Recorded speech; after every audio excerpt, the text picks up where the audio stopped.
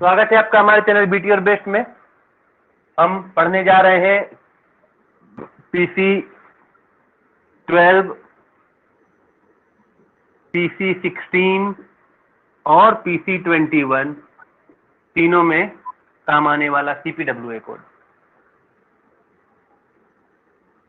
और सीपीडब्ल्यूए कोड का हम लोग पढ़ रहे हैं चैप्टर 4। चैप्टर 4 जो है आप लोग उसको देखिए, रिलेशन विद सीसीए, ये लिखा हुआ है ना।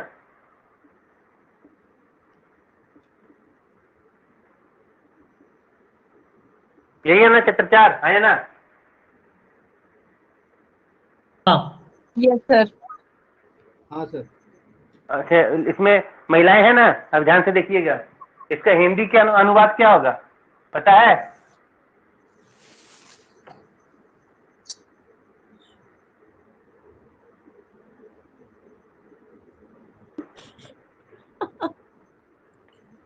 है ना? तो किसका रिश्ता? वो मिहिर मत समझ लीजिएगा। क्या उसका नाम है जी? हमको तो नामों पता नहीं। खैर, इसमें है एग्जीक्यूटिव इंजीनियर का सीसीए से रिश्ता। समझे? समझ गए ना? आप देखते हैं क्या सर? अरे नहीं भैया, सुनते हैं। अब पति अच्छा, पत्नी में अच्छा। क्या बातें होंगी बताइए? रोमांस तो रहा है नहीं, सीरियल में क्या चल रहा है इसकी बातें करते हैं। सुनते हैं। शक मत कीजिएगा, ये सब देखने का बुरा लत हम लोग को नहीं है। हाँ ठीक है। अच्छा, तो ठीक है सर। एग्जीक्यूटिव इंजीनियर का, हाँ, एग्जीक्यूटिव इंजीनियर का सीसीए से क्या रिश्ता है पता है? कोई ना कोई रिश्ता तो होगा। हेलो? नहीं? देखिए, ये रिश्ता है।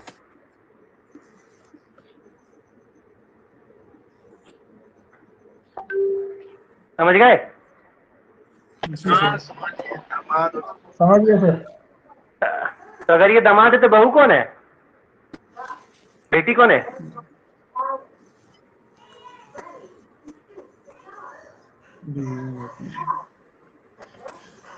कौन है? Divisional accountant. समझ गए? Yes sir. है ना? और बच्चे कौन है? एसडीओ।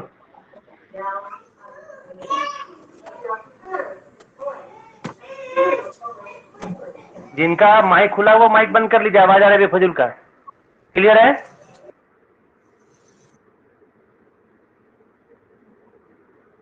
है ना?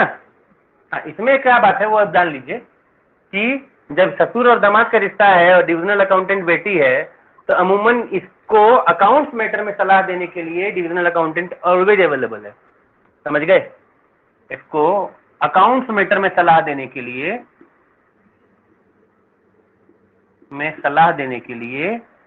डीए ऑलवेज अवेलेबल है। ठीक है? लेकिन अगर मान लीजिए किसी एक पॉइंट ऑफ टाइम पे डिविजनल अकाउंटेंट फेल हो जाते हैं और उनको समझ में नहीं आता है कि अकाउंट्स मैटर में क्या सलाह दी जाए, एग्जीक्यूटिव इंजीनियर डायरेक्ट अपने सीसीए से कंसल्ट कर सकता है कि ससुर जी हमको बतलाइए कि हम क्या करें, और ये इनको सलाह देते हैं। समझ गए? तो इस चीज से 2-3 बातें क्लियर हो गई। पहली बात क्या क्लियर हुआ कि डिविजनल अकाउंटेंट की नियुक्ति कौन करता है? कैडर कंट्रोलिंग अथॉरिटी कौन है? सीसीए, है ना? डीए कैडर कंट्रोलिंग कौन है? सीसीए, है ना? राइट? और सीसीए एग्जीक्यूटिव इंजीनियर को भी सलाह देता है और डीए को भी। समझ गए? तो सीसीए जो है ये सलाह देगा इसको भी और इसको भी, दोनों को, जिसको मन चाहे, लेकिन अपनी मर्जी से नहीं देता है, पूछने पर ही देता है। ठीक वैसे ही जैसे एजी ऑफिस में 2 सेक्शन है। ऐसे तो बहुत सारे हैं लेकिन 2 सेक्शन है। एक है WM1, एक है WM2। समझे? WM1 को आप लोग जानते हैं, ये डीए का कैडर कंट्रोलिंग एडमिनिस्ट्रेशन है। समझे? DA cadre controlling section. समझे? और ये कौन है? WM2। WM मतलब एमएसओ पढ़ा है? एमएसओ एनडी नहीं सर। वॉल्यूम 1 चैप्टर 1 चैप्टर 8 नहीं पढ़ा है ना? नहीं सर। No sir. ये बात नहीं, मैंने तो पढ़ा है ना। पढ़ी है? तो ठीक है, तो बताइए तो जरा MSOAND चैप्टर 1 में, चैप्टर 8 में क्या लिखा हो WM मतलब? देखिए मुझे याद है, ठीक है, लेकिन मैं केवल क्या बोले, वर्क्स मैनुअल होगा क्या? Management, works management. Works management, अच्छा हाँ ठीक है। ठीक है सर। कहाँ लिखा हुआ हम आपको दिखाई देते हैं, कहाँ लिखा हुआ आपको दिखा ही देते हैं, वर्क्स मैनेजमेंट लिखा हुआ है, पारा नंबर, हाँ वर्क्स मैनेजमेंट है। पहले इसका कुछ और नाम हुआ करता था, बाद में इसको वर्क मैनेजमेंट कर दिया गया। 8.9 होगा या 8.10 होगा?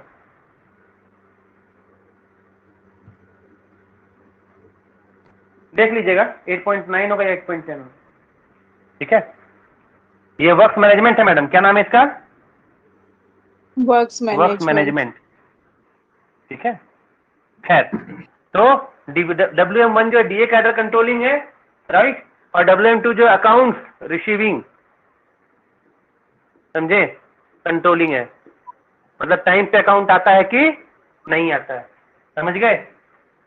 तो अगर DA को कोई सलाह चाहिए तो WM1 देता है, और अगर एग्जीक्यूटिव इंजीनियर को सलाह चाहिए तो WM2 देता है, समझ गए यहाँ की ना? DA को WM कहिएगा वर्क मैनेजमेंट 1 देता है। बिल्कुल। इसमें कौन देता है सर? हाँ, कौन देता है? जैसे DA को कौन देता होता है? DA तो खुद जनरली मतलब अकाउंट मैटर में मैंने कहा एग्जीक्यूटिव ना कि इंजीनियर DA, को। देखिए ये जब AG ऑफिस की बात हो गई तो ये तो स्टेट का बात हो गया ना, स्टेट का, स्टेट PWD, ठीक हाँ है। तो यहाँ सेंटर के CPWD में तो मैंने आपको बताया ना कि DA सलाह देगा एक्शन को, लेकिन जब DA की सलाह इसको समझ में ना आए तो एक्शन सीधे CCA की सलाह लेगा कि नहीं लेगा? बिल्कुल बिल्कुल। तो AG ऑफिस में CCA के इक्विवेलेंट कौन सा पद है? DAG works. तो यहाँ पे दोनों को कौन सलाह देते हैं? DAG वर्क्स, समझ गए। नहीं, अगर मान लो सर और ये DAG वर्क्स जो है वो CC, हाँ सर, बोलिए। अगर WM की अगर इसको एडवाइस समझ नहीं आई DA को, तो वो फिर DAG देगा। हाँ जो बिल्कुल, WM1। वो DA को एडवाइस समझ में नहीं आएगी तो वो फिर अपने AG ऑफिस को भेज देगा, मतलब स्टेट PWD के मामले में AG ऑफिस को, और CPWD के मामले में CCA को। एक मिनट सर, सिंपल तो है। जो WM है वर्क मैनेजमेंट, ये बोलिए बोलिए एडवाइस बोलिए। जो DA को, अगर मान लो इन केस अगर इसको समझ में नहीं आता, जैसे वहां CCA से एडवाइस दे रहा डायरेक्ट, तो ये DAG से लेगा। हाँ हाँ, जैसे AG ऑफिस को लिखता है, समझे ना, तो AG ऑफिस को लिखेगा ना, तो AG ऑफिस में WM1 फाइल मूव जरूर करेगा, पर फाइनल जो सिग्नेचर होगा वो DAG वर्क्स का होगा।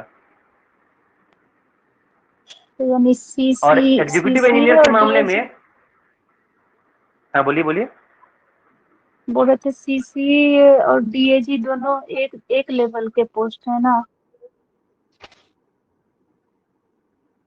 ठीक है, अगर हम एक कह देंगे तो बहुत भारी नाराजगी हो जाएगी। जो रोल CCA का CPWA में है वही रोल DAG वर्क्स का स्टेट PWD में, एक बिल्कुल नहीं है, ठीक है। समकक्ष कह सकते हैं पर समकक्ष भी नहीं, ठीक है। तो मामला समझ में आया थोड़ा बहुत?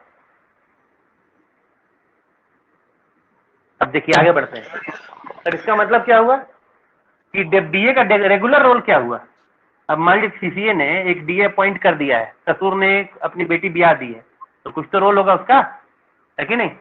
क्या रोल है? 3 तरह के रोल है भाई, एक्चुअली बहुत सारा रोल है, लेकिन बेसिकली 3 तरह का रोल है। और ही सारे रोल में DA, देखिए आप लोगों को जब MCQ पूछा जाएगा ना एग्जाम में, तो आप लोग एक बात ध्यान में रखिएगा कि DA ऑप्शन अगर है तो वो सही है या नहीं है, वो केवल 3 ही पैरामीटर पर परखने का है, चाहे काम जो भी हो। उदाहरण के तौर पे मैं तीनों काम लिख देता हूं और आपको एग्जांपल देता जाता हूं, आप खुद ही गेस कर लीजिएगा। आपको जो क्वेश्चन पूछा जाएगा उसको केवल यस या नो में जवाब देना है, मतलब DA का काम है या नहीं है, राइट। अब आप देखिएगा इसके 3 काम है, ठीक है। पहला काम क्या है? Compiler of account, right. Compiler, checker भी है शायद।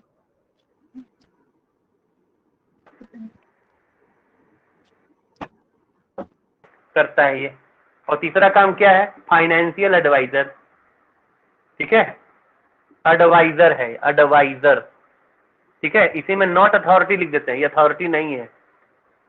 जो एडवाइजर होता है वो अथॉरिटी नहीं होता है, उसका काम है केवल एडवाइस करना, अथॉरिटी माने या नहीं माने, ठीक है। चलिए अब हम इसी तीनों पैरामीटर पे परखेंगे। पहले एक वर्ड को जान लेते हैं, checker, internal checker, financial adviser तो आसान है। कंपाइलर का मतलब क्या होता है आप लोग को पता है? हाँ या ना बताइए। सारे अकाउंट को नहीं जानते? हाँ जो बोलिए, अकाउंट अकाउंट आता को क्या करता है? है, हाँ जो डिवीजन के जो अकाउंट्स हैं उन्हें आपस में मिलाकर तैयार करना। ठीक है, मोटा मोटी सही बात है, लेकिन मैं आपको क्लियर कर देता हूँ कि कंपाइलर का मतलब क्या है। देखिए भाई, आपके पास ट्रेजरी का अकाउंट आता है ये तो पता है ना, लेकिन ट्रेजरी का अकाउंट में बेसिकली वो वाउचर्स आते हैं, समझे, एंड शेड्यूल्स आता है, समझ रहे हैं? आपको इसमें कंपाइलेशन का मतलब क्या जानते हैं कि आप जब आपने कभी भी अगर डिवीजन का अकाउंट देखा होगा तो आपने देखा होगा कि फॉर्म 80 होता है, राइट, और उस फॉर्म 80 में बाकी सभी शेड्यूल्स, ऐसे तो बहुत सारे शेड्यूल्स होते हैं पर सीपीडब्ल्यूए फॉर्म 80, समझ रहे हैं, इसमें सभी शेड्यूल्स का ब्रीफ रहता है, एब्स्ट्रैक्ट रहता है, समझ गए, उसी को एब्स्ट्रैक्ट ऑफ अकाउंट्स कहते हैं। इसका मतलब क्या हुआ कि अगर मान लीजिए आपका रिसीट हेड है, याद कीजिए कल मैंने आप लोग को बताया था कि डिवीजन में 4 तरह के अकाउंट्स को, 4 तरह के हेड ऑपरेट किए जाते हैं। रेवेन्यू रिसीट, ठीक है, कैपिटल रिसीट ऑपरेट नहीं होता, ये आप लोग को पता है ना। उसके बाद में रेवेन्यू एंड कैपिटल एक्सपेंडिचर, समझ गए। उसके बाद में रेमिटेंस हेड, ठीक है, और चौथा जो है डिपॉजिट एंड सस्पेंस हेड। ये 4 तरह के हेड ऑपरेट किए जाते हैं, ये मैंने कल आप लोग को बताया था, हाँ या ना बताइए, लास्ट क्लास में बताया था ना। तो ये चारों हेड अलग अलग होते हैं कि नहीं अलग अलग? पूरे महीने में इन सभी हेड में जितने ट्रांजेक्शन किए गए हैं उनका एक एब्स्ट्रैक्ट बनाया जाता है। एब्स्ट्रैक्ट का मतलब समरी समझ लीजिए आप, समरी बनाई जाती है, ठीक, और उन समरी को फॉर्म 80 में दिखाया जाता है, रिफ्लेक्ट किया जाता है। इसी पूरी प्रक्रिया को कंपाइलेशन ऑफ अकाउंट्स कहते हैं। कंपाइलेशन का मतलब ये हुआ कि बहुत सारे अकाउंट्स को एक सिमिलर पैटर्न में एक जगह पर लाना, समझ गए। अब आपका जो ट्रेजरी से बनता है ना अकाउंट, उसमें कंपाइलेशन का जो प्रोसेस होता है ना वो टीए सेक्शन में होता है। टीए सेक्शन झारखंड में कितना है जी आप लोग को पता है? 12 को सेक्शन है, टीए 1 से लेकर के टीए 12 तक। सारा का सारा कंपाइलेशन प्रोसेस यहीं पे होता है, समझ गए। जबकि WM2 में कंपाइलेशन का काम नहीं किया जाता है। WM2 में कंपाइल्ड अकाउंट आता है, तो हम क्या करते हैं, जब यहाँ पे कंपाइलेशन ट्रेजरी वाले अकाउंट में किया जाता है तब क्लासिफाइड एब्स्ट्रैक्ट बनता है। ये पता है कि नहीं आप लोगों को? एसीएजी पढ़ा है आप लोगों ने चैप्टर 1? नहीं पढ़ा एसीएजी चैप्टर 1 में? क्लासिफाइड एब्स्ट्रैक्ट बनता है, क्लासिफाइड एब्स्ट्रैक्ट और कंसोलिडेटेड एब्स्ट्रैक्ट, ठीक है। ये क्लासिफाइड और कंसोलिडेटेड एब्स्ट्रैक्ट बना बनाया आता है डिवीजन से। एक्चुअल में क्लासिफाइड एब्स्ट्रैक्ट बना बनाया आता है, कंसोलिडेटेड एब्स्ट्रैक्ट यहाँ बनता है, समझ गए। तो इसी पूरी प्रक्रिया को हम लोग कंपाइलेशन कहते हैं। कंपाइलेशन का मतलब ही यही है कि डिवीजन से सारा अकाउंट एक निश्चित प्रारूप में आपके पास में आएगा, जो कि फॉर्म अलग अलग होंगे और सभी हेड वाइज अलग अलग होंगे, समझ गए। उदाहरण के तौर पे मान लीजिए आपके पास में 100 वाउचर्स हैं, 100 वाउचर, ठीक, और 100 वाउचर कम से कम 5 हेड में है। एक है 2059 के 16 वाउचर, समझ गए, 3054 के 28 वाउचर, इसी तरीके से 100 वाउचर टोटल होंगे, ठीक। 2216 के फिर 10 वाउचर, और इसी तरीके से 2210 के 16-28 कितने हो गए? इसमें लगता है कम हो जाएगा ना, इसको 46 कर देते हैं। तो 4 2 6 और 8 से 14, ठीक है, 4 2 6 और 1 7, तो ये हो गया 8 84, तो ये 16, कुल मिलाकर के 100 वाउचर हुए, 100 वाउचर, ठीक है। ये 100 वाउचर हुए तो सब एक ही सीक्वेंस में नहीं आएगा। हो सकता है पहला नंबर का जो वाउचर हो उसके 2059 हेड हो, अगला जो हो 3054 हो, लेकिन 2059 के सभी वाउचर को एक साथ लेकर आना।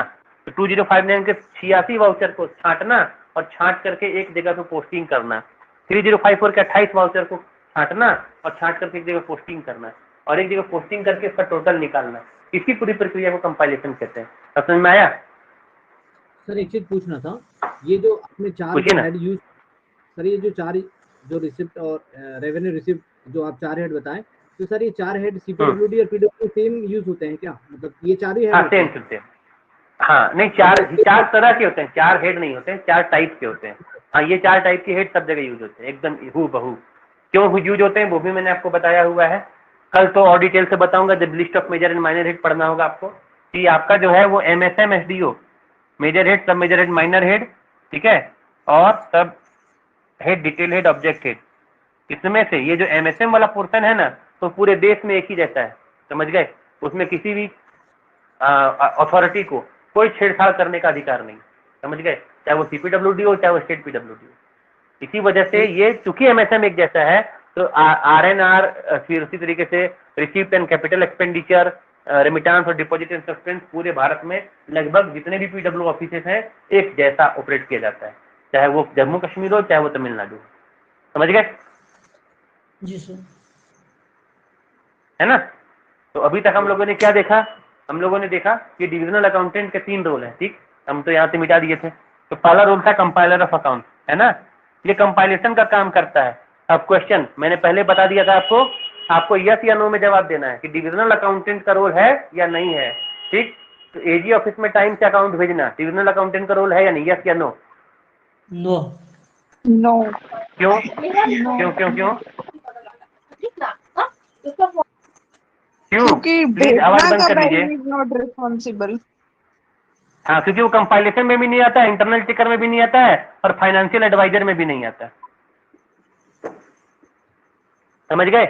इसके लिए कौन रिस्पॉन्सिबल है? Divisional officer. ये कहाँ लिखा हुआ है? 4.1.2। तो 4.1.2 को एक आदमी पढ़िए जल्दी फटाफट। The divisional officer is responsible to see the accounts of his division are not allowed to fall into arrears. But if arrears or confusion arise, which in his opinion cannot be declared without the assistance of the PAO, he should at once approach for such assistance. इसका मतलब क्या हुआ, समझे? इसका मतलब ये हुआ कि CCA नियुक्त करता है DA को, और अरियर नहीं फॉल होना चाहिए, माने कि अकाउंट जो है वो टाइम पे रेंडर होना चाहिए। अच्छा, उसका टाइमिंग क्या है ये आप लोग जानते हैं कि अपना जो डिवीजन है वो अकाउंट कौन सी तारीख तक जमा करेगा? बोलिए, हाँ जानते कि नहीं? 7 या 6 या 7 नहीं, गेस वर्क नहीं करना है, ठीक है? चलिए पेज नंबर 164, 22.4.1 पढ़िए तो 22.4.1 पढ़िए तो कोई फटाफट एक आदमी, उसका लास्ट लाइन पढ़िएगा। पारा 22.4.1 पढ़िए तो जरा लास्ट लाइन क्या लिखता है?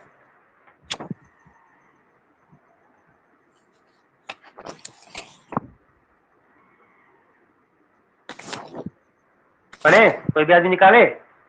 The monthly account shall be submitted to the PAO, ठीक है, officer by 8th of succeeding month to which the account period.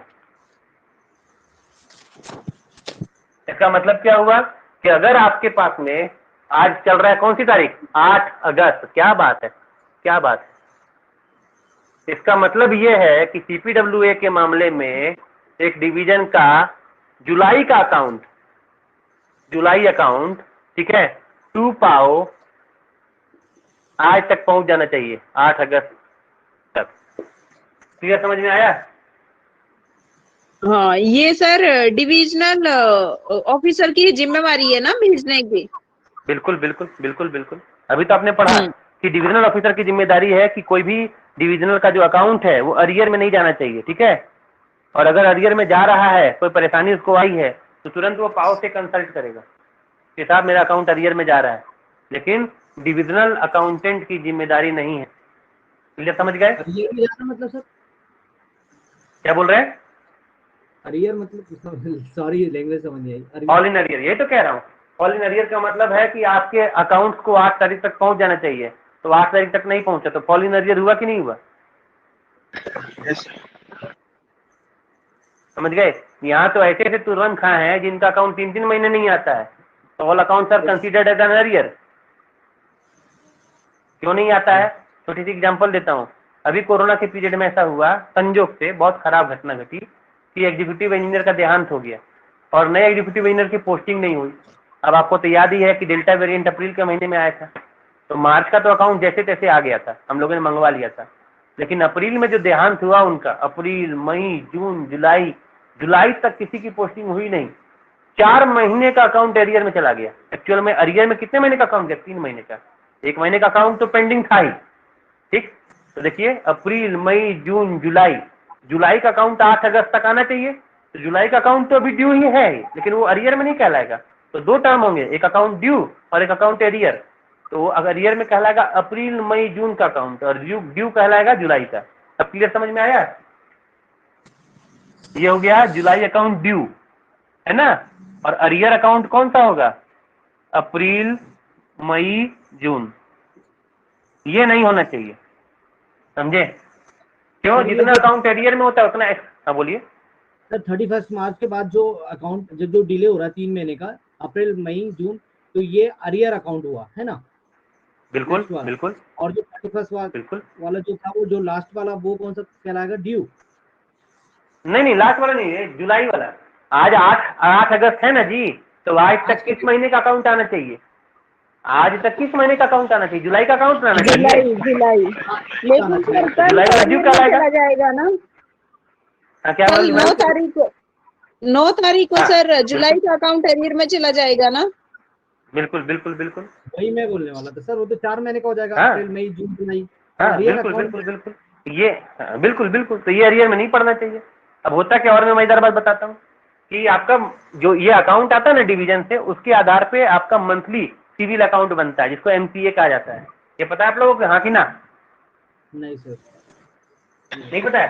हाँ, मैं बताता हूँ, ध्यान से सुनिएगा, बहुत मजेदार बात लगेगी। एजी ऑफिस से एग्जाम्पल देके बताता हूँ, ठीक है। यहाँ पे एजी झारखंड में, एजीजे में 287 पीडब्ल्यू डिवीजन है, पीडब्ल्यू डिवीजन, समझे कि नहीं? इन 287 पीडब्ल्यू डिवीजन में आपका मान लीजिए जुलाई का जो अकाउंट है, ठीक है, जुलाई अकाउंट ये 8 अगस्त तक आना चाहिए कि नहीं? ठीक है, तो सभी 287 का आना चाहिए कि नहीं? सभी 287 का। तो अगर मान लीजिए कि 250 अकाउंट्स ही आए हैं, ठीक है, 250 अकाउंट, तो 37 नॉट रिसीव्ड, ठीक है। ये पॉसिबल हो सकता है और होता है, प्रैक्टिकल बात है ये, समझ गए? तो 250 अकाउंट्स का जब मंथली सिविल अकाउंट बनता है, और ये बनाता है कौन? Book section. कौन बनाता है? समझे? तो जब मंथली सिविल अकाउंट बनता है ना, तभी इस अकाउंट को 250 अकाउंट्स को इनकॉर्पोरेट किया जाता है और 37 अकाउंट को एक्सक्लूड कर दिया जाता है, समझे? लेकिन मजेदार बात बताऊं, एक्सक्लूजन केवल 37 अकाउंट्स का नहीं होगा। एक्सक्लूजन 2 वजहों से होता है। वो होता है नॉट रिसीव्ड एंड ऑब्जेक्शन। किसकी वजह से एक्सक्लूजन होता है? Not received and exclusion. तो अब देखिए, मैं एक एक्सक्लूजन का स्टेटमेंट बनाता हूं, ठीक है। अप्रैल, ये है एक्सक्लूजन स्टेटमेंट, ध्यान से देखिएगा, ठीक है। ये है अप्रैल, ये है मई, ये है जून, ठीक है। अब एक्सक्लूजन स्टेटमेंट में ये आपके इस तरह से कॉलम बने। ये हुआ नॉट रिसीव्ड, ठीक है। चलिए मई से शुरू करते हैं, मई, जून, जुलाई, ठीक है। लेकिन अप्रैल से शुरू करना पड़ेगा ना, ठीक है। नॉट रिसीव्ड अंडर ऑब्जेक्शन, और ये हो गया टोटल, ठीक है। तो टोटल 287 हर बार लिखाएगा, हर बार, ठीक है। और नॉट रिसीव्ड मई में मान लीजिए हो गया 250। अंडर ऑब्जेक्शन कितना हुआ? अंडर ऑब्जेक्शन हुआ 37? नहीं, रुकिए रुकिए, उल्टा मैंने कह दिया, 250 जी सर। ऐसा नहीं, ये गलत हो गया, रुकिए। हाँ, एक्सक्लूजन स्टेटमेंट है ना, तो नॉट रिसीव्ड हुआ 37, ठीक है। और मान लीजिए कि ऑब्जेक्शन में गए 10 गो, तो टोटल हो गया एक्सक्लूजन 47, टोटल एक्सक्लूजन, समझे? और टोटल इंक्लूजन कितना हुआ? टोटल जी सर। इंक्लूजन, 233। इंक्लूजन हुआ 47, 270 नहीं, 233। 287 में, हाँ 230 होगा मैडम, हाँ 230। है ना। ये 10 तो आपका ऑब्जेक्शन में भी तो है। अब आप कहेंगे ऑब्जेक्शन में क्यों नहीं, क्यों है? ऑब्जेक्शन में होने के बहुत सारी वजह हो सकते हैं। कहीं पर एग्जीक्यूटिव इंजीनियर ने जहाँ साइन करना था वहाँ नहीं किया, कहीं पर जहाँ उसको ओरिजिनल वाउचर देने थे वहाँ नहीं दिया, समझे? कहीं पर उसको क्लासिफिकेशन लिखना था, नहीं लिखा, नेम ऑफ द वर्क ढंग से नहीं लिखा, कुछ भी वजह हो सकता है। अकाउंट इतना बड़ा पोथी होता है, उसमें ऑब्जेक्शन निकालने जाएंगे तो फिगर उल्टा हो जाएगा, मतलब अंडर ऑब्जेक्शन 37 हो जाएगा, समझे कि नहीं? लेकिन अमूमन वैसे ऑब्जेक्शन जो मतलब अपने लेवल पर सुधारे जा सकते हैं, हम लोग या तो खुद सुधार लेते हैं या तो उनको बुला के सुधरवा लेते हैं, लेकिन वैसे ही कोई जिद्दी वाला ऑब्जेक्शन लग जाए जबकि सुधार न जा सके तो फिर उसको ऑब्जेक्शन में डालना पड़ता है।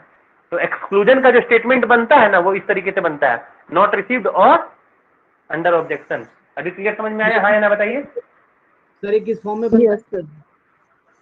ये फॉर्म नहीं होता है सर, ये हमारा जो एक्सक्लूजन बनता है ना, हम लोग इसको अपना स्टेटमेंट बनाते हैं WM2, और जब आप MSO वॉल्यूम 1 का चैप्टर 8 पढ़िएगा तो वहां पे हम लोग साल में एनुअल रिव्यू बनाते हैं, annual review on the working of PW division, उसमें हम लोग इसको प्रिंट करते हैं, समझे?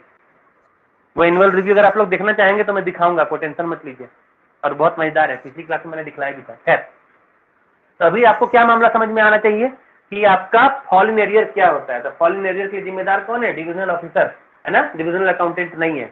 तो ये वाला MCQ आप समझ गए। चलिए अगला क्वेश्चन कि क्या सब डिविजनल ऑफिसर माने एग्जीक्यूटिव इंजीनियर से जो नीचे होते हैं असिस्टेंट इंजीनियर, तो वो जो इंप्रेस्ट वगैरह लेते हैं और टेम्पोररी एडवांस लेते हैं, उसके लिए वो एक अलग से पेटी कैश बुक मेंटेन करते हैं। उस पेटी कैश बुक को इंस्पेक्ट करने का पावर डिविजनल अकाउंटेंट के पास में है या नहीं? हाँ या ना? जवाब बोलिए, हाँ या ना बोलिए फटाफट, लेट नहीं। क्या सर पेटी कैश को इशू करने का पूछ रहे हैं क्या? नहीं नहीं, चेक करने का, इंस्पेक्ट करने का। हाँ सर, इंस्पेक्शन का पावर है कि नहीं? इंटरनेट चेक करें ना सर। हाँ होगा। बिल्कुल सही, हाँ कर इंस्पेक्ट सकता है करने का क्योंकि पावर है। इंटरनल चेकर है। हाँ हाँ बिल्कुल चलिए है ना, पूछिए सर। तो वो इंटरनल चेकर होने की वजह से इंस्पेक्ट करने का पावर है ना।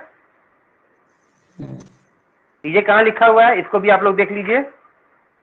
सर 4.2.2 ए का सेकंड नंबर पॉइंट। 4.2.5 का बी पढ़िए, 4.2.5 का बी, 4.2.5 4.2.5 का बी पढ़िए, पढ़िए जरा फटाक से।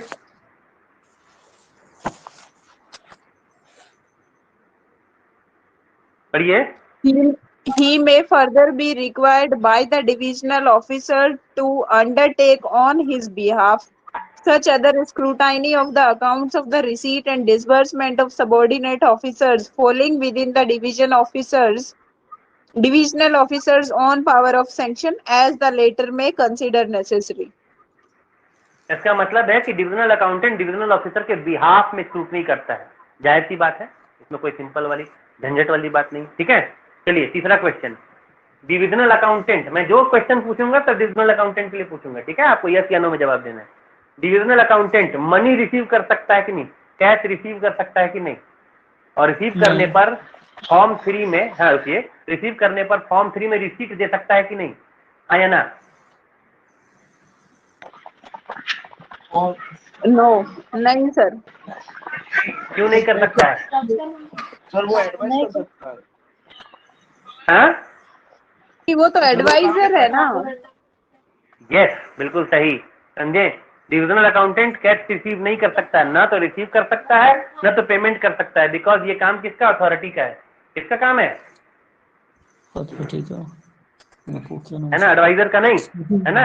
ये कहाँ लिखा हुआ है? ये लिखा हुआ है ठीक उसके नीचे, सी पढ़िए, 4.2.5 का सी पढ़िए, तो सी The किसी भी divisional हाल में कैश रिसीव accountant नहीं करेगा। पढ़िए। The divisional accountant should not, as a rule, be required to receive or pay out cash, but in cases where the monetary transaction at the headquarter of divisional officer are not large, either in the number or in the amount, the divisional officer may, on his own responsibility and with the previous consent of the CCA, entrust the receipt and disbursement of cash to the DA. The divisional accountant should not, however, be normally authorized to issue final receipt in Form 3 over his own signature. बिल्कुल सही। इसका मतलब क्या हुआ कि divisional officer जो है CCA की सलाह पर, जब भी हम हैशटैग लिखेंगे आप समझिए सीसीए की सलाह पर, ठीक है, डिविजनल अकाउंटेंट को रिसीट करने की रिस्पॉन्सिबिलिटी दे सकता है, लेकिन वो उसके लिए जिम्मेदार खुद होगा, समझ गए, डिविजनल ऑफिसर। तो ऐसा होता है, हम लोग अमूमन एग्जीक्यूटिव इंजीनियर के बिहाफ में पैसा ले लेते हैं, समझ गए, लेकिन रिसीट नहीं देते हैं। रिसीट के लिए हम कहते हैं सर आएंगे वही साइन करके देंगे, तो इतना ट्रस्ट होता है, लेकिन अल्टीमेटली रिस्पॉन्सिबिलिटी किसकी है? डिविजनल ऑफिसर की, डिविजनल अकाउंटेंट की नहीं है, समझ गए। यानी कि चूंकि हमने रिसीट नहीं दिया है, कॉन्ट्रैक्टर ने हमें पैसे दे दिए हैं, तो अगर हमने पैसे मान लीजिए 100 रुपये लिए हैं, कॉन्ट्रैक्टर का ने हमको तो 200 रुपये सर को दिए हैं, तो हम पर कोई केस नहीं बनेगा, समझे? तो हमको दिया ही का है, जब हम कह रहे हैं कि हमको नहीं लेना है तो सर को आने दो। नहीं सर ले लीजिए, सर ले लीजिए सर। तो फोन से बात करें, सर ले लें, 100 रुपये दे रहा है। हाँ तो ठीक है ले लीजिए, समझ गए? तो कहने का मतलब ये है कि डिविजनल ऑफिसर रिस्पॉन्सिबल है, डिविजनल अकाउंटेंट नहीं है। वजह इन तीनों में कहीं वो नहीं आता है ना? मनी रिसीव नहीं कर सकता है, पेमेंट नहीं कर सकता है। अच्छा एक और सवाल मस्त वाला, ठीक। डिविजनल अकाउंटेंट को सभी नियमों की जानकारी होनी चाहिए, हाँ या नहीं? हाँ हाँ सर। अगर नियमों हाँ, की होनी जानकारी नहीं होगी तो चाहिए। एडवाइस कैसे, अगर नियमों की जानकारी नहीं होगी तो एडवाइस कैसे देगा? सीसीए से लेके देगा। है कि नहीं? है भैया, CCA से लेगा। उटपटांग बात नहीं है वो, उटपटांग बात नहीं, नियमों की जानकारी होनी चाहिए, ठीक है। ये कहाँ लिखा हुआ है? ये लिखा हुआ है he should be well work, ठीक है।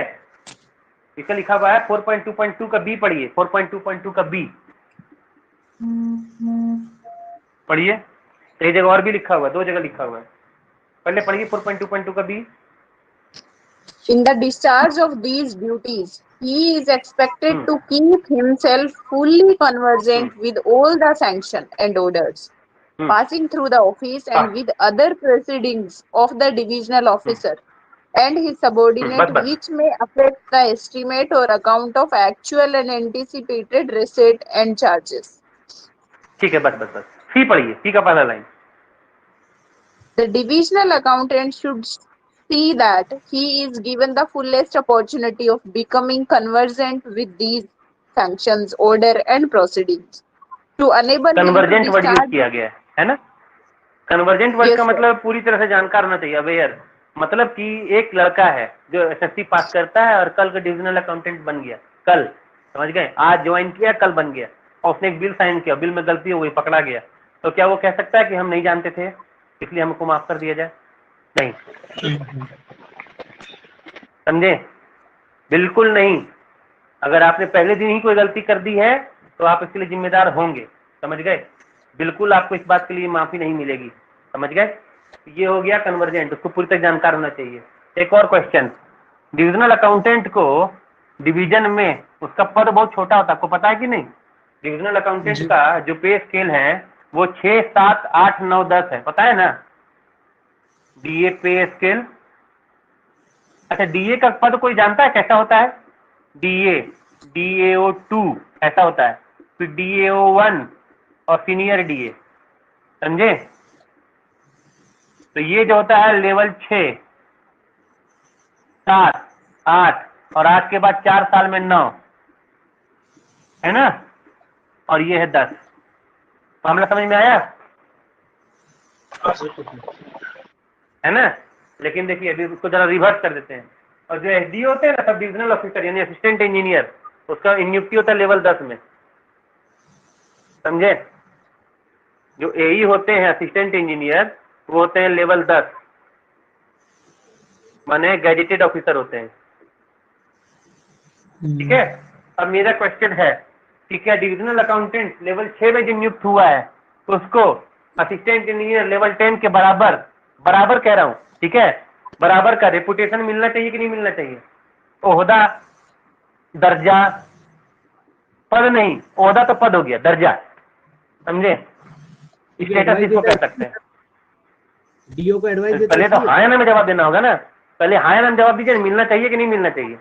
हाँ मिलना। क्वेश्चन दोबारा बोलिए सर, हाँ, क्वेश्चन रिपीट करिए सर। क्वेश्चन ये है कि डिविजनल अकाउंटेंट को चाहे लेवल 6 में हो, ठीक है, एसडीओ के बराबर का दर्जा मिलना चाहिए या नहीं?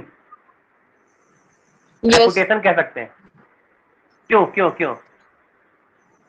क्योंकि वही तो सर फाइनेंशियल एडवाइजर होता है, फिर वो ठीक इंटरनल है, चेक। पर दूसरा बात भी है ना, इंटरनल चेक करने के लिए जब वो जाएगा सब डिवीजन के ऑफिस में, तो असिस्टेंट इंजीनियर का ही तो साइन किया हुआ पेपर चेक करेगा।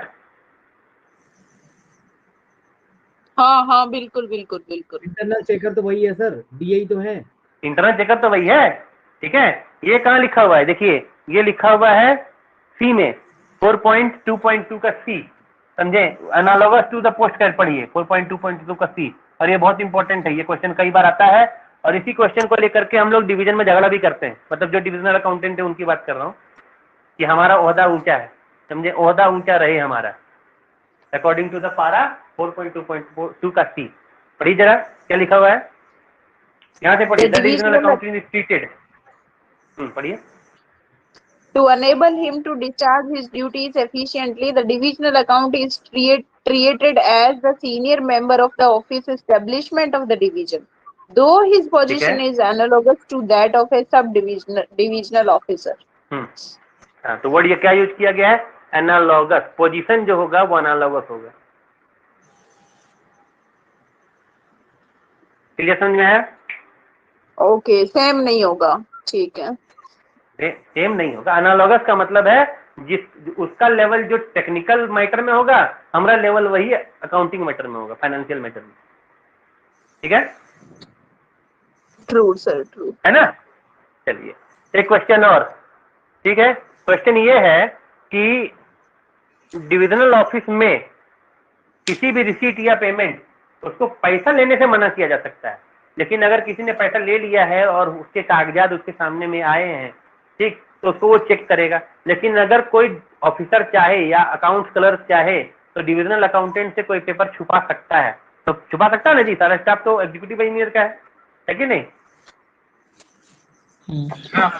जी सर। है कि नहीं? लेकिन क्या वो ऐसा करते हैं डिविजनल ऑफिस के स्टाफ या सब डिविजनल ऑफिस के स्टाफ अगर ऐसा करते हैं तो डिविजनल अकाउंटेंट को क्या ये अथॉरिटी है कि सारा का सारा पेपर वो देखे, चेक करे? चेक करने की अथॉरिटी है कि नहीं? इंटरनल चेकर सब का सब। अच्छा, एस्टेब्लिशमेंट मैटर में मान लीजिए वर्क मैटर का समझ में आया, कोई कॉन्ट्रैक्टर वगैरह ने कॉन्ट्रैक्ट निकाला, ठीक है, उसको पेमेंट हुआ, उसका तो मामला समझ में आया। और जो लोगों की सैलरी वैलरी बन रही है, एरियर वैरियर बन रहा है, उसका इंटरनल में तो सारा ही आएगा ना सर। हाँ या ना में जवाब दीजिए, ऐसे नहीं इतना ही मतलब कुछ पूछा। हाँ बोलिए, बोलिए।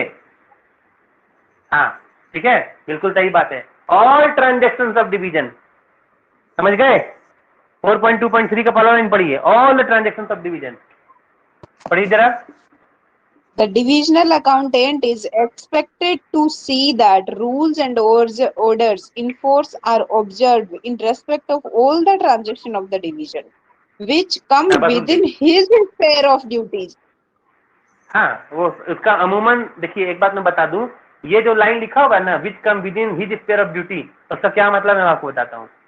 कुछ राज्य ऐसे हैं जहां पे डिविजनल अकाउंटेंट को सैलरीज यानी कि स्टैब्लिशमेंट से जुड़े हुए ट्रांजेक्शंस के लिए मना ही है, मतलब वो नहीं देखते हैं। गुजरात एक एग्जांपल है। गुजरात में तनख्वाह वनख्वाह देखने का हम लोग को कोई मैंने परव्यू में नहीं आता है, हमारे स्फीयर ऑफ ड्यूटीज में शामिल नहीं आता है। लेकिन झारखंड में है, यहाँ पे भी है, बिहार में भी है। तनख्वाह हो, कुछ भी हो, कोई भी लो, समझे? All transaction, document related to all transaction हम लोग उसको महाराष्ट्र में भी है। समझ गए क्या बोल रहे हैं? महाराष्ट्र में भी है सर। महाराष्ट्र में भी है बिल्कुल, लेकिन गुजरात में नहीं है। समझ गए ना? क्लियर हुआ? चलिए अगली क्वेश्चन। अगली क्वेश्चन ये है कि एक टेंडर निकलता है ना, डिवीजन से आए ना, ठीक है? टेंडर निकलता है, उसमें से कंप्यूटेड टेंडर का क्या मतलब है? कंप्यूटेड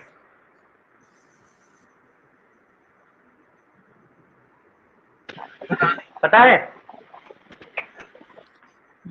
कंप्यूटेड टेंडर का मतलब देखिए, दो वर्ड है ना, आप लोग जानते हैं, कैलकुलेटर और कंप्यूटर। तो कैलकुलेटर से कंप्यूटर कितने डिफरेंट है? कैलकुलेटर केवल अरिथमेटिक कैलकुलेशन जानता है, वही नहीं जानता है जी। और कंप्यूटर क्या करता है? वर्ड फाइल ऑपरेट करता है, एक्सेल ऑपरेट करता है, अब तो बहुत ज्यादा एडवांस हो गया, अब तो पावर पॉइंट भी ऑपरेट करता है, और वो ग्राफिक्स उसके पास में होते हैं, बहुत सारी चीजें आ गई हैं। तो टेंडर में केवल कैलकुलेशन नहीं होता है, टेंडर में कैलकुलेशन के अलावा बहुत चीजें होती हैं। कौन सा आइटम है, ठीक है, उस आइटम का स्पेसिफिकेशन क्या है, स्पेसिफिकेशन के अकॉर्डिंगली क्वांटिटी कितनी है, समझ गए? ये सब कुछ, मतलब लैंग्वेज भी देखना पड़ता है, केवल डाटा नहीं, लैंग्वेज भी, समझ गए? तो इसी चीज को कहते हैं कंप्यूटेड टेंडर, समझ गए ना? है ना? तो ये जो कंप्यूटेड, हाँ, ये जो कंप्यूटेड टेंडर है, ठीक है, और उस कंप्यूटेड टेंडर की स्क्रूटनी के लिए अरेंजमेंट, वर्ड क्या यूज किया गया है? अरेंजमेंट। तो उस कंप्यूटेड टेंडर की स्क्रूटनी के लिए अरेंजमेंट करने की जिम्मेदारी किसकी है? डीए की डिविजनल ऑफिसर की, मैंने डीए की है कि एग्जीक्यूटिव इंजीनियर की है? डीए की होनी बोलिए। चाहिए। हाँ बिल्कुल सही है, बिल्कुल सही है। क्यों? क्योंकि वो क्या है? इंटरनल चेकर है, समझ गए? तो वो केवल और केवल सब डिवीजन का ही चेक नहीं करता है, डिवीजन का भी चेक करता है, समझ गए? इंटरनल चेकर है तो तीनों लेवल पे है, डिवीजन के लेवल पे भी है, सब डिवीजन के लेवल पे भी है और सेक्शन के लेवल पे भी है। सेक्शन मतलब आप लोग जानते हैं ना, जेई वगैरह जो रहा रहता है, सेक्शन वही तो स्टोर्स होता है, ठीक है? बिल्कुल सही बात है। कंप्यूटर टेंडर के स्क्रूटनी का अरेंजमेंट करेगा। अब स्क्रूटनी का अरेंजमेंट का मतलब क्या है? आप लोग गड़बड़ा मत जाइएगा। हो सकता है कि अकाउंट्स ब्रांच बहुत छोटा हो और टेंडर बहुत बड़ा गिर गया, समझ गए? और आपके पास एक तो आप खुद डिविजनल अकाउंटेंट है और एक कैशियर है। अब आप क्या करेंगे? टेंडर बहुत गिर गया है, उसकी स्क्रूटनी करनी जरूरी है। तुरंत जाएंगे डिविजनल ऑफिसर के पास में, सर सर सर बहुत काम है, टाइम पे पूरा नहीं होगा, स्टाफ चाहिए। हाँ तो ले लीजिए ना। तो कहाँ से ले लें? तो फलानवा असिस्टेंट इंजीनियर को बोल देते हैं और उसको बोल देते हैं, उसका जो सब डिवीजन में स्टाफ है उसको मंगवा लीजिए। तो हर एक सब डिवीजन में स्टाफ होता है, हम लोग वहां से मंगवा लेते हैं, दे दो भाई, समझ गए? अब वो आ गया, अब वो काम क्या करेगा? वो है दूसरा स्टाफ, हमारा नहीं है। वो काम क्या करेगा? तो हाँ जी, टेंडर 1 तुम पकड़ लो, टेंडर 2 तुम पकड़ लो, टेंडर 3 तुम पकड़ लो, तीनों को जरा देखो, चेक करके चेक कर लिया। तो उसको कहते हैं अरेंजमेंट फॉर 100% स्क्रूटनी, समझ गए? मतलब कि he will arrange for 100% scrutiny, ठीक है? और जब उसने स्क्रूटनी कर ली उसके अरेंजमेंट के अकॉर्डिंगली, तब डिविजनल अकाउंटेंट टेस्ट चेक करेगा, हाँ या ना? हाँ, टेस्ट चेक कर सकता है। हाँ बिल्कुल सही। बिल्कुल बिल्कुल करेगा। इसका मतलब क्या होगा कि 100% चेकिंग अंडर हिज सुपरविजन। समझिएगा ध्यान से, वर्ड क्या यूज किया गया है? 100% checking under his supervision and he will conduct personally a test check. ये लैंग्वेज है, समझ गए? तो इसका मतलब क्या है कि उसके सुपरविजन में 100% चेक होगा, वो खुद नहीं कर रहा है। और उसके बाद जब वो चेक हो गया तो अच्छा, टेस्ट चेक कैसे होता है? जरा मुझे को बताएगा कैसे होता है टेस्ट चेक? क्या सर? टेस्ट चेक में सैंपल ही सैंपल कर लेगा, वो कुछ चेक कर लेगा, देख बिल्कुल लेगा। बिल्कुल बिल्कुल बिल्कुल, ठीक है? तो इसमें बिल्कुल भी कंफ्यूज मत होइएगा कि 100% चेकिंग करेगा। पर्सनली वो 100% चेकिंग नहीं करेगा, लेकिन टेस्ट चेक भी करेगा तो भी he will be responsible personally. इसका ये मतलब नहीं है कि उसको नहीं करेगा तो वो पर्सनली रिस्पॉन्सिबल नहीं होगा, रिस्पॉन्सिबल तो वो 100% ही है। तो लैंग्वेज आपको समझ में आ रहा, फर्क क्या है? है कि नहीं? कर रहा है वो टेस्ट चेक, 100% चेकिंग का अरेंजमेंट कर रहा है, लेकिन रिस्पॉन्सिबल 100% वही है। तो ये 3 लैंग्वेज है जो आप लोग उसको देख लीजिएगा, ठीक है? अच्छा, एक वर्ड और यूज किया गया है इसमें, कंपैरेटिव स्टेटमेंट। मुझे कोई बताएगा कि कंपैरेटिव स्टेटमेंट होता क्या है? ये किस चिड़िया का नाम है? कंपैरेटिव दो चीजों के बीच में कंपैरिजन, दो के बीच में किसी बोलिए के ना, दो बोलिए। के बीच में कंपैरिजन करके फिर चेकिंग करना। ठीक है, लेकिन यहाँ पे इसका रेफरेंस क्या होगा? आपको एक कंपैरेटिव स्टेटमेंट बनाना है तो किस तक? हाँ बोलिए बोलिए। कोई टेंडर लिया हो उसका कर सकता है, जैसे अब 2 हाँ, उसी का टेंडर ले होगा ही। लिए। हाँ उसी का होगा, नहीं 2 टेंडर लिए नहीं, समझे? तो उसकी प्रक्रिया ऐसी है कि आपने एक नोटिस निकाला, आओ टेंडर का फार्म लो। ठीक वैसे ही जैसे आप लोग कंपटीशन का एग्जाम देते हैं तो कैसे फार्म भरते हैं? कोई नोटिस तो निकलता होगा, चाहे वेबसाइट पे निकले चाहे अखबार में, तो निकलता है नोटिस, फर्स्ट डेट रहता है, लास्ट डेट रहता है। उसी तरीके से यहाँ भी हम लोग नोटिस निकालते हैं, फर्स्ट डेट रहता है, लास्ट डेट रहता है, एलिजिबिलिटी क्राइटेरिया रहता है। ठीक, उस एलिजिबिलिटी क्राइटेरिया को देख करके, पढ़ करके, फिर जहाँ पे फॉर्म भरना है वहाँ फॉर्म भर देते हैं लोग। फॉर्म भरते हैं तब हम लोग उसके बाद में 2 तरीके से उसको फॉर्म भरवाते हैं, बेसिकली 3 तरीके से, लेकिन हम अभी आपको 2 ही तरीके बताएंगे ताकि आप लोग गड़बड़ाएं नहीं। एक होता है टेक्निकल बिड और एक होता है फाइनेंशियल बिड। ठीक, टेक्निकल बिड में हम लोग क्या देखते हैं? किसके पास में एक्सपीरियंस है कम, किसके पास है ज्यादा। झारखंड में तो एक कंडीशन और है, जिसका घर नजदीक है उसको मिलेगा, समझे? मान लीजिए कि 2 कॉन्ट्रैक्टर है, अगर दोनों का रेट बराबर हो गया तब कैसे तय होगा? तो जिसका साइट से डिस्टेंस कम है उसको मिलेगा, समझ गए? बहुत तरह के क्राइटेरिया होते हैं। मामला समझ में आ रहा है ना कि आपको क्या कह रहे हैं? क्या बोल रहे हैं? टेक्निकल और क्या कहा आपने? टेक्निकल फाइनेंशियल, फाइनेंशियल बिड, ठीक है? टेक्निकल बिड और फाइनेंशियल बिड। तो सर उसका भी पॉइंट होता- मार्क, सर जिसका घर पास में उसके अच्छा, लिए ऑफिशियल पॉइंट उसको मिलता है क्या? उसके लिए उसको पॉइंट मार्क किया जाता है क्या? अरे भैया झारखंड के RWD डिपार्टमेंट में ऐसा नियम है, समझे, ग्रामीण कार्य विभाग में वो लोकल लोगों को प्रमोट करने के लिए ऐसा नियम बनाया गया, समझे। हर जगह नहीं है, CPWD में नहीं है आप, हाँ CPWD में नहीं है आप, ये मत समझिए मैं CPWD की एग्जाम्पल दे रहा हूँ, एग्जाम्पल आप लोग को ये क्लास थोड़ा फनी वे में बनाने के लिए, हल्का हल्का लाइट फूट रहा है, ठीक है। तो 2 बिड होते हैं, ठीक है। तो टेक्निकल बिड में कि मैंने क्या बताया, किसको एक्सपीरियंस ज्यादा है, किसके पास में ज्यादा स्टाफ है, समझ गए। द स्टाफ को मतलब टेक्निकल स्टाफ, इंजीनियर किसके पास में ज्यादा है, समझ गए, किसके पास में वर्किंग एक्सपीरियंस ज्यादा है, ये सब टेक्निकल बिड में आता है। और फाइनेंशियल बिड क्या है, किसका रेट कम है, लोवेस्ट वन किसका है, समझ गए। तो हम टेक्निकल बिड को फिलहाल नहीं देखेंगे, क्यों, हम बात करें डिविजनल अकाउंटेंट के रोल की, और ये टेक्निकल एडवाइजर नहीं है, फाइनेंशियल एडवाइजर है ना। टेक्निकल एडवाइजर कौन है इसका पता है, एग्जीक्यूटिव इंजीनियर का असिस्टेंट इंजीनियर डिजाइन, समझ गए। किसका एक सर, पद होता किसका? है डिवीजन में असिस्टेंट इंजीनियर डिजाइन, वही उसका टेक्निकल एडवाइजर होता है, क्लियर समझे। सर किसका एडवाइजर होता है? एग्जीक्यूटिव का, ओके। समझ गए। हम लोग क्या है, फाइनेंशियल एडवाइजर। हम लोग टेक्निकल बिड के बारे में फिलहाल ध्यान नहीं दे रहे हैं, किसके बारे में ध्यान दे रहे हैं, फाइनेंशियल बिड के बारे में, ठीक है। अब मान लीजिए 4 कॉन्ट्रैक्टर है, देखिएगा ध्यान से, contractor C1, C2, C3, C4, ठीक है, और काम था कितने का, 1 लाख का, ठीक है। अब चारों ने रेट भरा, देखिएगा चारों ने रेट भरा, तो एक ने भरा 1.1 लाख, एक ने भरा 0.98 लाख, एक ने भरा 0.99 लाख, ठीक है, और एक ने भरा 1.2 लाख, ठीक है। अब हमको क्या तय करना है, हमको तय करना है L1, तो ये हो गया L1, हुआ कि नहीं, ये हो गया L2, ये हो गया L3, L मतलब लोवेस्ट वन, और ये हो गया L4, समझ गए, है ना। Yes, sir. तो आइटम वाइज मान लीजिए कि ये 1 लाख का काम है, पर मान लीजिए कि इसमें 100 आइटम है, समझ गए। तो आइटम वाइज हमको चारों के रेट लिखने पड़ते हैं, समझ गए। क्योंकि हमने आइटम वाइज चारों के रेट लिखे हैं, एक ही स्टेटमेंट बनाया है, उसी स्टेटमेंट को हम लोग कंपैरेटिव स्टेटमेंट कहते हैं, क्लियर हुआ। हुआ ना।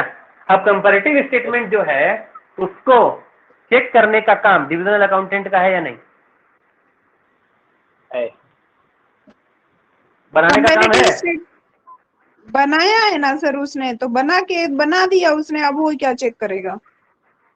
नहीं, कंपैरेटिव स्टेटमेंट रुके, फिर से क्वेश्चन में करेक्शन करता हूँ। कंपैरेटिव स्टेटमेंट बनाने का काम है डिविजनल अकाउंटेंट का, नो, हाँ, नो नो नो नो, समझे। चेक करने की जिम्मेदारी है, हाँ सर, चेक करने का है। चेक तो फिर करेगा। हाँ। तो फिर से मैं बोल रहा हूँ, बनाने का कुछ भी बनाने की जिम्मेदारी नहीं है, डिविजनल अकाउंटेंट कुछ नहीं बनाता है, समझे, लेकिन चेक उसको पूरा करना है। सर बनाएगा, यही बनाएगा ना सर, SDO। कोई बनाएगा गोली मारिए, रिस्पॉन्सिबिलिटी किसकी है, डिविजनल ऑफिसर की, हाँ डिविजनल ऑफिसर, बिल्कुल। ठीक है। तो कंपैरेटिव स्टेटमेंट चेक करने का पावर इसके पास में है, और चेक करेगा 100%। और चेक करेगा तो क्या चेक करेगा, क्या ध्यान रखेगा कि टेंडर में, क्योंकि 100 आइटम हर एक में लिखा हुआ है ना, टेंडर में जो आइटम जो फिगर लिखा हुआ है वो हूबहू कंपैरेटिव स्टेटमेंट में होना चाहिए। समझ में आई बात की नहीं। पढ़िए 4.2.4 का 4, क्या पढ़िए 4.2.4 का 4 पढ़िए तो जरा। He should see the comparative statement correctly incorporates the total as checked on the individual tender. Individual tender में जो जो है, समझे, वो सब कुछ करेक्टली इनकॉर्पोरेट किया गया है कि नहीं, समझ गए। Yes, sir. अगला सवाल, जब ऑडिट आती है, ऑडिट पार्टी एजी से आई, ठीक है, और हम भी एजी के स्टाफ हैं, लेकिन उस ऑडिट पार्टी को एंटरटेन करने की जिम्मेदारी है कि नहीं डिविजनल अकाउंटेंट की, नहीं, तो कौन करेगा, डीओ करेगा। वो क्यों करेगा, डीओ करेगा। बिल्कुल सही, ठीक है। उस ऑडिट पार्टी को सारे डॉक्यूमेंट्स अवेलेबल हो, ठीक है, और नॉन प्रोडक्शन ऑफ रिकॉर्ड का पारा न हो, ठीक है। इसकी जिम्मेदारी किसकी है, डीए की, डीओ की, डीओ। बिल्कुल सही। अगर नन प्रोडक्शन ऑफ रिकॉर्ड अगर होता है तो उसके लिए जिम्मेदार कौन है, डीए की डीओ? डीओ। सर नन बिल्कुल सही। प्रोडक्शन मीन्स, और क्या बोल रहे हैं? नन प्रोडक्शन मीन्स मतलब नन प्रोडक्शन का मतलब कि ऑडिट पार्टी गई, समझे, हाँ हम मजे से रिकॉर्ड चेक करेंगे, ऑडिट करेंगे, कि रजिस्टर है जी, लाओ, नहीं है सर। वो रजिस्टर मेंटेन करता है जी, लाओ, नहीं है सर। कोई रिकॉर्ड है जी, लाओ, नहीं है सर। समझे? तो तुम काम क्या करते हो, नहीं है सर, किला खत्म। ये तो कितने ऐसे डिवीजन हुए हैं ऑडिट जिसमें केवल एक पारा बना है, नन प्रोडक्शन ऑफ रिकॉर्ड, कोई रिकॉर्ड है ही नहीं, कुछ नहीं है। कैशबुक है कि नहीं है, खत्म हो गया मामला। बिना कैशबुक के सारे ट्रांजेक्शन कर लेते हैं लोग, समझ गए? चलिए अगला क्वेश्चन। तो अगर आपका नन प्रोडक्शन ऑफ रिकॉर्ड, ठीक है, अगर आपका नन प्रोडक्शन ऑफ रिकॉर्ड का मामला नहीं बनता है, ऑडिट कर ली गई है, ऑडिट में 4-5 ऑब्जेक्शंस लगा दिए गए हैं, उन ऑब्जेक्शंस को कंप्लाई करने का और ड्रॉप करने की जिम्मेदारी डीओ की है कि डीए की है? डीओ की है। मतलब डिविजनल ऑफिसर की डिविजनल अकाउंटेंट? ऑफिसर। ऑफिसर। बिल्कुल। डीओ। तो क्या ऐसा हो सकता है कि अगर ऑडिट पारा में ऑडिट ड्रॉप ना हो तो डिविजनल अकाउंटेंट के एपीआर में लिखा जा सकता है खराब grade, no. Grade 6 No, because no. No audit para has been dropped है? सर डिवीजन की जिम्मेदारी नहीं है तो उस पे एपीआर में सवाल ही नहीं उठता, तो उसकी रिस्पॉन्सिबिलिटी है ना, नहीं होगा? ठीक है। क्या इसकी वजह से डिविजनल अकाउंटेंट की सैलरी 4 महीने रोकी जा सकती है? नहीं नहीं।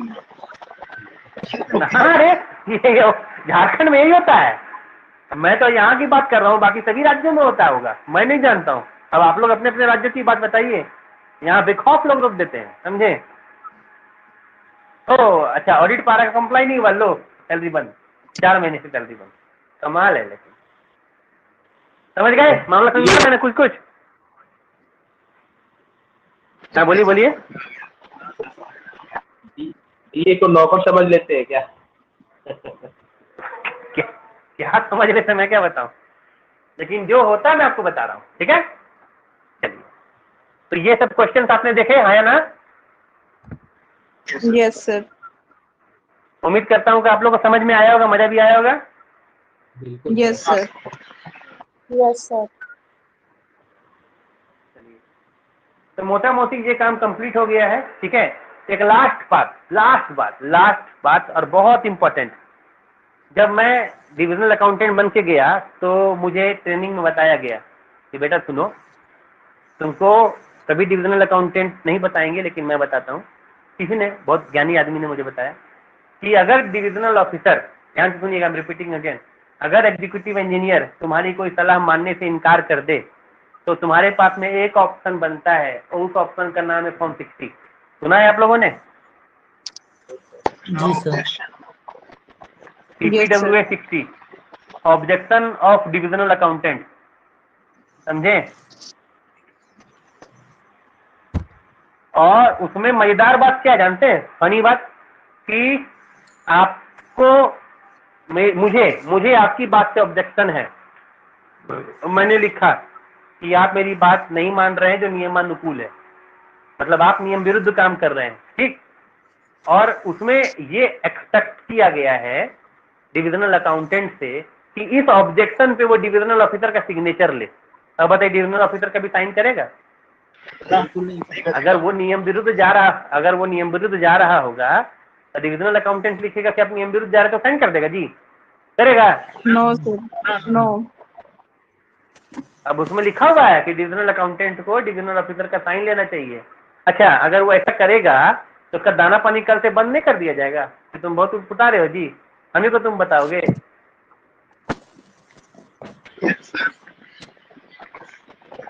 बताइए। तो सर कर देता होगा सर, हाँ? सर क्या बोल रहे हैं? बहुत सी कंडीशन में सर, मतलब डिवीजन में, कई ऐसे डिवीजन में वो प्रेशर में कर देता होगा सर।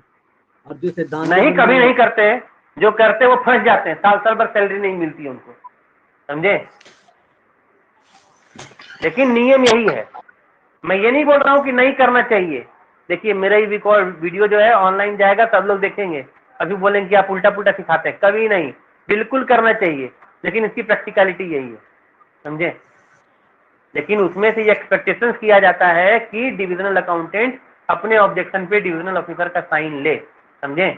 और मजेदार, उससे भी मजेदार बात यह है कि उसको रिकॉर्ड को तब तक संभाल करके रखे जब तक कि आपका पाव उसको चेक न कर ले। और अगर आपका पाव या अकाउंट्स ऑफिसर ब्रैकेट में लिखा हुआ है तो उसको साल में एक बार चेक नहीं करता है, तो साल खत्म होने के बाद अप्रैल के महीने में जमा करके आवे कि सर पूरे साल भर में इतना ऑब्जेक्शन था, समझे, जिसमें डिविजनल ऑफिसर ने मुझे ओवर रूल किया, जो कि कर सकते हैं, उनके पावर में है, ठीक है।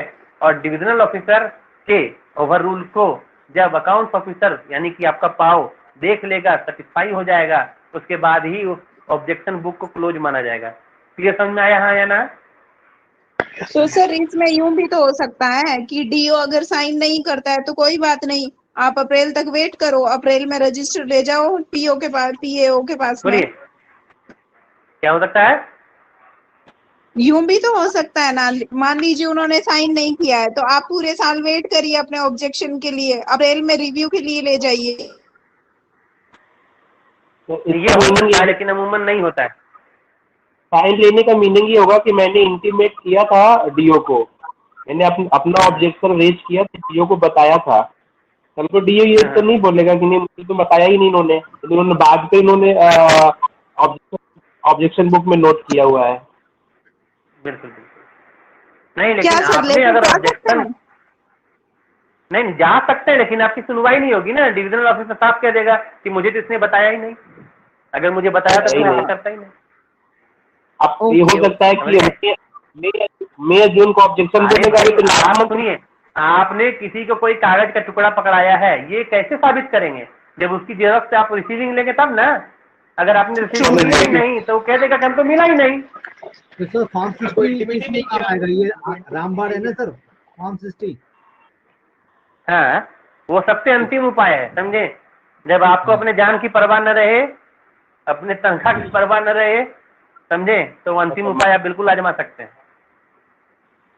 लेकिन अनुमान ये अपनाया नहीं जाता है, सैलरी कौन रोक, क्या बोल रहे हैं? सर ये अपनाया नहीं जाता है, सैलरी अपना कौन रोकना चाहे। हाँ, आप जो कहिए, लेकिन ऐसा होता है, समझे।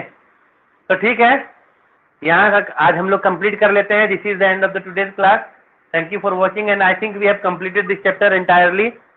somehow some portions may be left that may be asked in the chat section or comment section in my YouTube. So thank you for watching and listening me. Please like, share and subscribe it if it is beneficial to you. And आप लोग comment करने में बहुत कंजूसी करते हैं, समझे।